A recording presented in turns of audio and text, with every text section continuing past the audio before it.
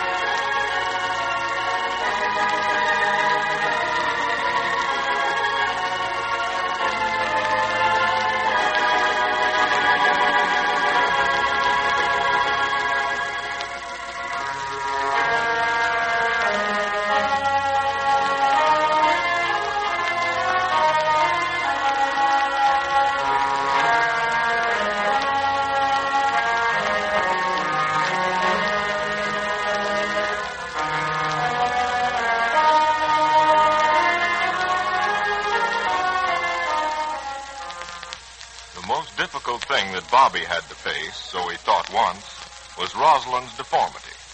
But later he was certain it was the death of their son.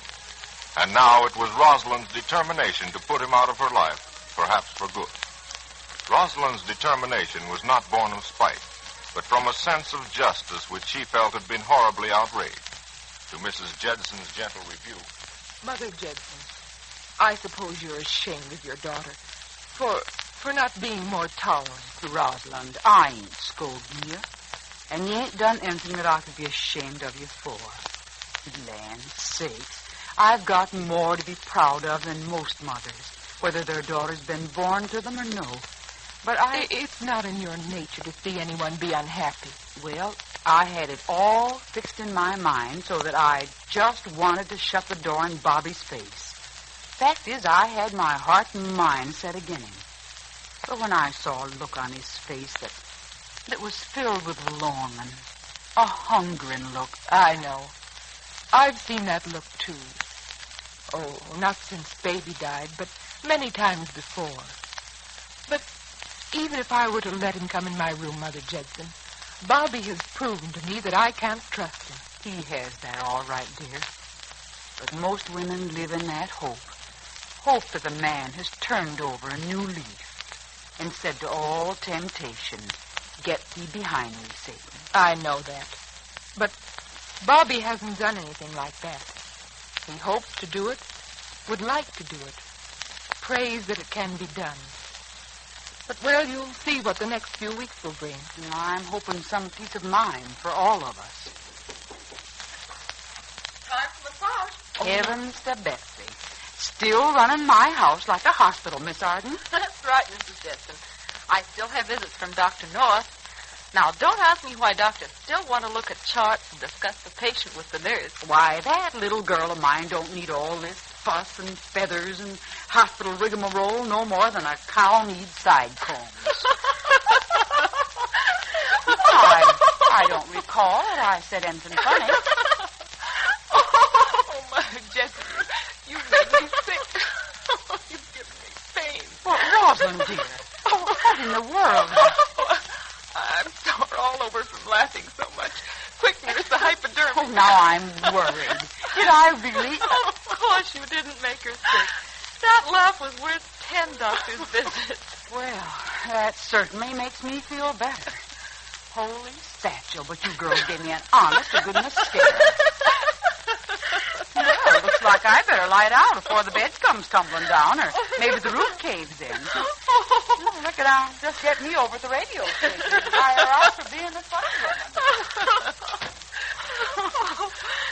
You don't suppose we offended the dear soul, do you, Mrs. Stewart? I don't think so. I hope not. I think she got a bigger kick out of seeing us act like 3-year-olds as we did laughing. It's been years since I've been around anyone so quaint. That cow needs side cones. All right, now. Let's have this start with the toes and work up. Oh, that's what would be called a thorough going over, I suppose. Mm-hmm.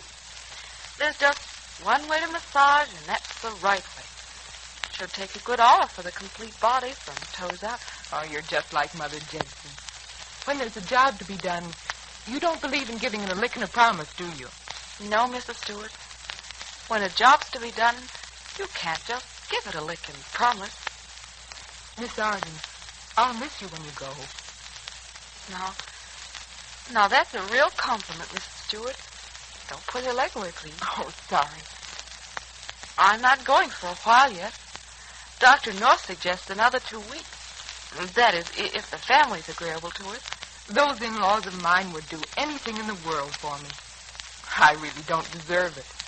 Mrs. Stewart, a good woman deserves everything in the world that either her family or friends can give her.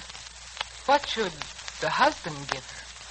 His love, devotion, consideration, confidence.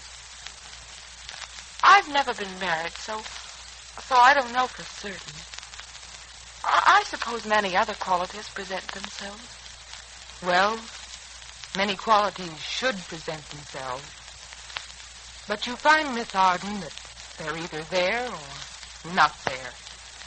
Marriage merely brings them out or shows them missing.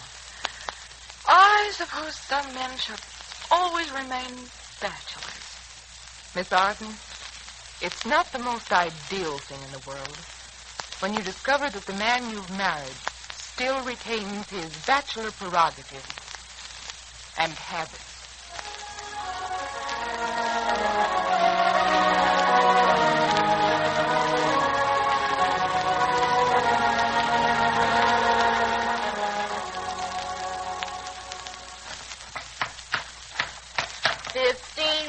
On a dead man's chest.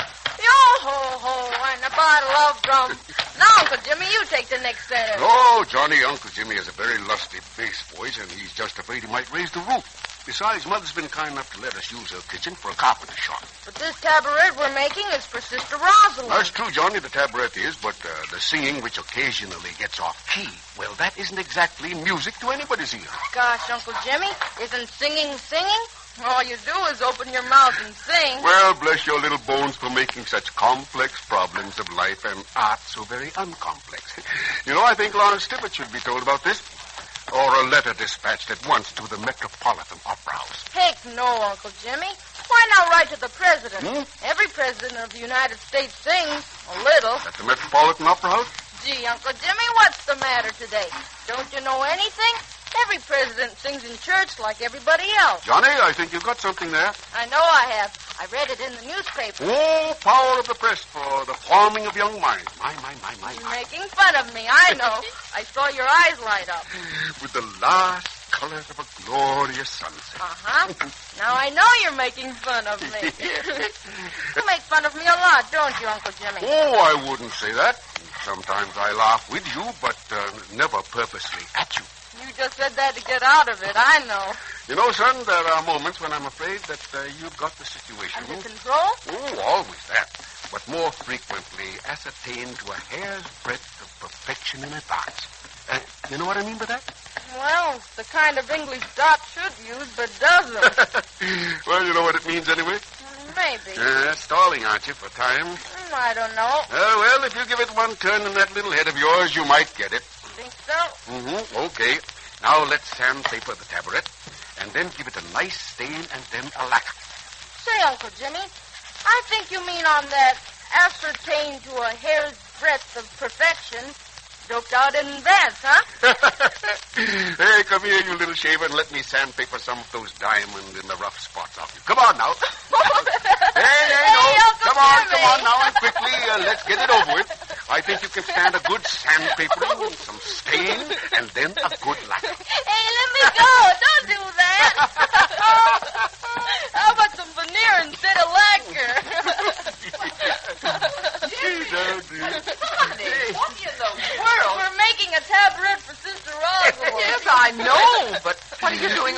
Jimmy's knee.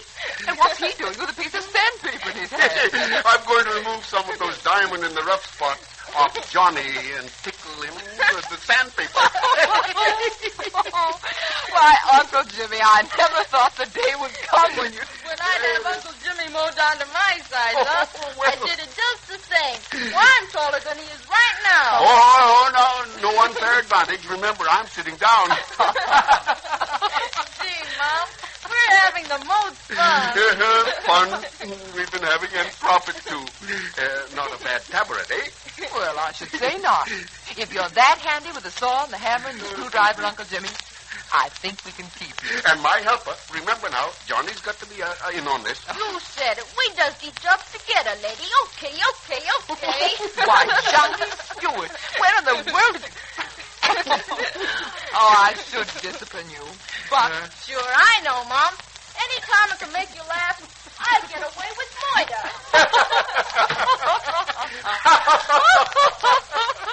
Oh, dear me, I don't know why I've laughed so much.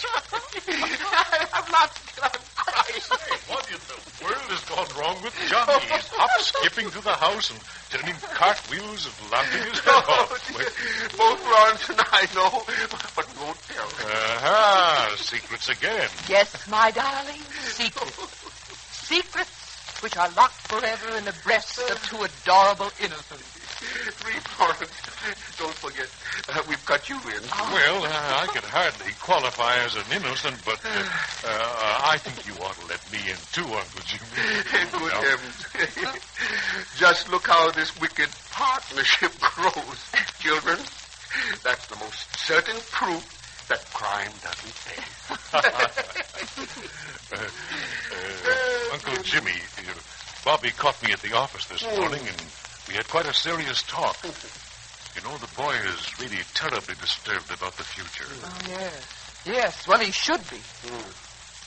You mean about the future of his marriage with Rosalind? Yes, he thinks it's really on the rocks this time. Poor lad, he's certainly changed all right. Heavens, he doesn't even look like the same Bobby, Uncle Jimmy. He asked me if I could get a hold of you in just the minute that Rosalind is strong enough. No, Arnold. We're not going to ask Uncle Jimmy to do anything of the kind. Well, if you let nature take its course, sometimes the results are disastrous. Well, I wouldn't mind going to Rosalind if I was very certain that I knew just where the boy would go after Rosalind had taken him into her life again. But if past performances are any indication, Bobby has proven himself to be a very uncertain quantity.